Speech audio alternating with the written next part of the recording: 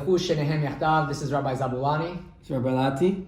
We are here learning Perashat Shavua together. Discussion. All of this is completely unscripted, right, Rabbi? 100%. No preparation, no discussion prior. This is just our thoughts on Torah, sharing Divrei Torah with one another. We're going to have a link to an email address.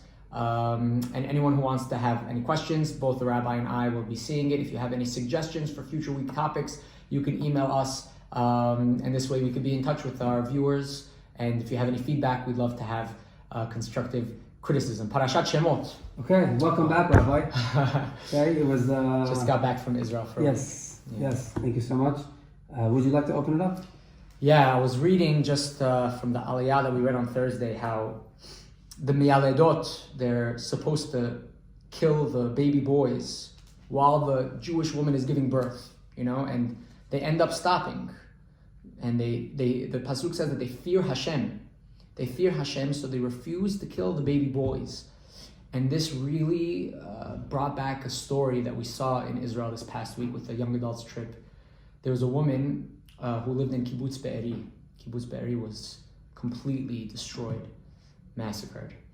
And this woman, Adriana, she was actually originally from Los Angeles, and about 60 years old. She was as far to the left as it gets in an already very, peace now kind of a kibbutz. And it was really shocking to hear her story. She was a nurse, and she would help women give birth. And she was particularly active in trying to bridge the gap between the Palestinians in Gaza and in Israel. And she was friendly with them. She would travel to them. She had relationships with all the different kinds of people over there in order to create peace. And she delivered many of their babies. And we found that the terrorists that came in on October 7th had a tremendous amount of intel on timings and places and houses and individuals, and they were very coordinated in their attack. And the person that was giving us a tour of Kibbutz Be'eri told us that this woman, Adriana, was particularly targeted. Wow. They knew her, they knew that she was a nurse, and they wanted to wipe her out so that she wouldn't be able to help any of the people that they harmed and attacked. And they knew even her, though she was with them the whole time. Even though she was with them, she was the most pro-peace in order to give land and whatever it could be to the Palestinians. And she delivered their babies. These men walked in and slaughtered a woman that delivered their own babies. It's such a crazy thing. These are people that there is no Yirat Elohim. 100%, like we saw in Abimelech. Yeah. Abraham Avinu says, was it Abraham? Yeah. Rak en yirat Elohim b'makom hazeh v'aragun ala b'rashim. When a person doesn't have fear of God, he allows himself to do whatever he wants. Yeah. It's that fear of God that keeps you in check. No matter, we all have our blemishes. We all have our, shortcomings and faults, but we try our best. But if in the core you don't have that Yirat Elohim, then everything's gone. At least that Yirat Elohim can bring you back. Yeah. But if you don't have Yirat Elohim, unbelievable. And these terrorists were even interviewed, and they were asked, is this, is what you did according to the Quran? And they admitted that this is haram. it's haram. They admitted that they don't have Yirat Elohim, that this was not based on any, guidelines of any religion, even a distorted version of their religion. They didn't even claim to justify this based on, their tenets. They just said this was completely savage. Right. They admitted that this was savage. Right, which is in a way surprising to me, because the Quran, the Quran does preach love, does preach peace. In fact, before anything they do, they say Allah Akbar. Yeah. Allah Akbar doesn't necessarily mean, they're going to bomb right now, it's a terrorist plot. Yeah. Allah Akbar just means we're exalting the name of God. Right. And it's like satre mine ube. How can you use that? How can you use that to now justify your own agenda of harm? Right. And it seems that what they did was so savage that they couldn't even justify it. Correct. They couldn't even reconcile what they were doing. There was just no Yirat Elohim over there. No. Yeah. No. And here we see, even before the Torah was given, Yeah. they had Yirat Elohim. It's not a Torah concept, just a fundamental concept innate in a person. Yeah. Just the fear of God. Yeah, absolutely.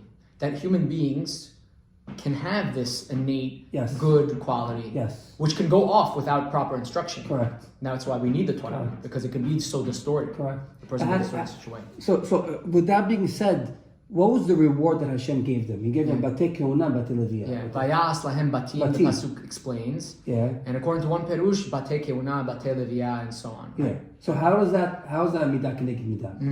They feared God, so Hashem gave them.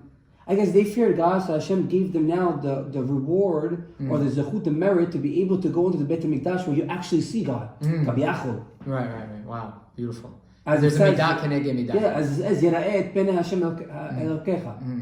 Wow. Now, you fear God that wasn't be able to be seen. Now you're actually seeing the Shekhinah. Kabiachol. Wow. That's a midah keneged midah. I think another midah keneged midah you could say on that is they refused to destroy batim. They destroy. Yeah. They refused to destroy families. So Borei Olam rewarded them with their own distinguished, respected families. Yeah. Beautiful. There's a machloket regarding who were Shifra and Puah. One approach says that these were, Yocheved and Miriam, that these were Jewish midwives. Another approach amongst the Mefarshim says that they were actually Egyptian midwives. Interesting, I never saw that. Yeah, and the logic behind that second approach is that why would Paro rely on the Jewish midwives to execute such a heinous crime? He would rely on the Egyptian women, and even the Egyptian women, weren't willing to do such a terrible thing. But Paro's trust wouldn't have been in the Jewish women; they were in the Egyptian. Also, the names Shifra and Puah don't seem to. We even have to make a derashat to understand why they would be called Shifra and Puah if they were Jewish.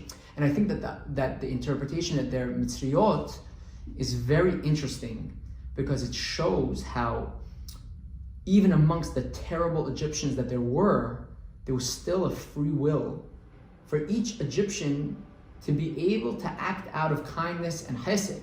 And we heard stories of on October 7th similar. We heard similar stories that there were individuals who risked their lives, non-Jewish people, who risked their lives in order to transport and to save and to take out people. And out of the goodness of their heart. And this is not muvan me'elav. Especially when you see your own kinsmen who are doing, such terrible things, and they could have said. We heard one story of an Arab soldier who they're stuck in a base and they're surrounded, and he ended up taking off his Israeli madim, his Israeli clothing, and he ended up dressing up in regular civilian clothing and yelling to the terrorists in Arabic, saying, they're over here. And as soon as they let their guards down, the Jewish soldiers came down and ambushed them. So he risked his life, and he used his Arab heritage in order to save the Jewish soldiers, which is an unbelievable thing. It's definitely a mi'ut. It's definitely... We all have it inside of us. We just have to activate it. Yeah, absolutely. From Egypt till now, Be'ezrat Hashem, we see the goodness in humanity. We see the beauty of every single person, that they have the ability, and it's just the education that they're teaching, which is so corrupted, that we're seeing over here, the systematic education that the Egyptians are trying to teach in the society that Paro was trying to teach. But otherwise, human beings, for the most part, we could say that they're good. Like Anne Frank said. In the end of it all, I'm paraphrasing, but in the end of it all, human beings are nice. Human beings are good. Yeah. They have to be directed in the right way. Because if our followers want to leave any comments or any suggestions or anything about this or future episodes about Hashem, what's the email? Vayelechu@gmail.com. That's VA, correct me, Rabbi, if I'm wrong. VAK. VA. Have it down? Yeah, we'll put it in the comments. Okay, we'll put it down. It's going to scroll under. Vayelechu@gmail.com. We hope you all have a Shabbat Shalom, Umborach, and strive only for the best at all times. Thank you, Rabbi. Shabbat Shalom. Shabbat Shalom.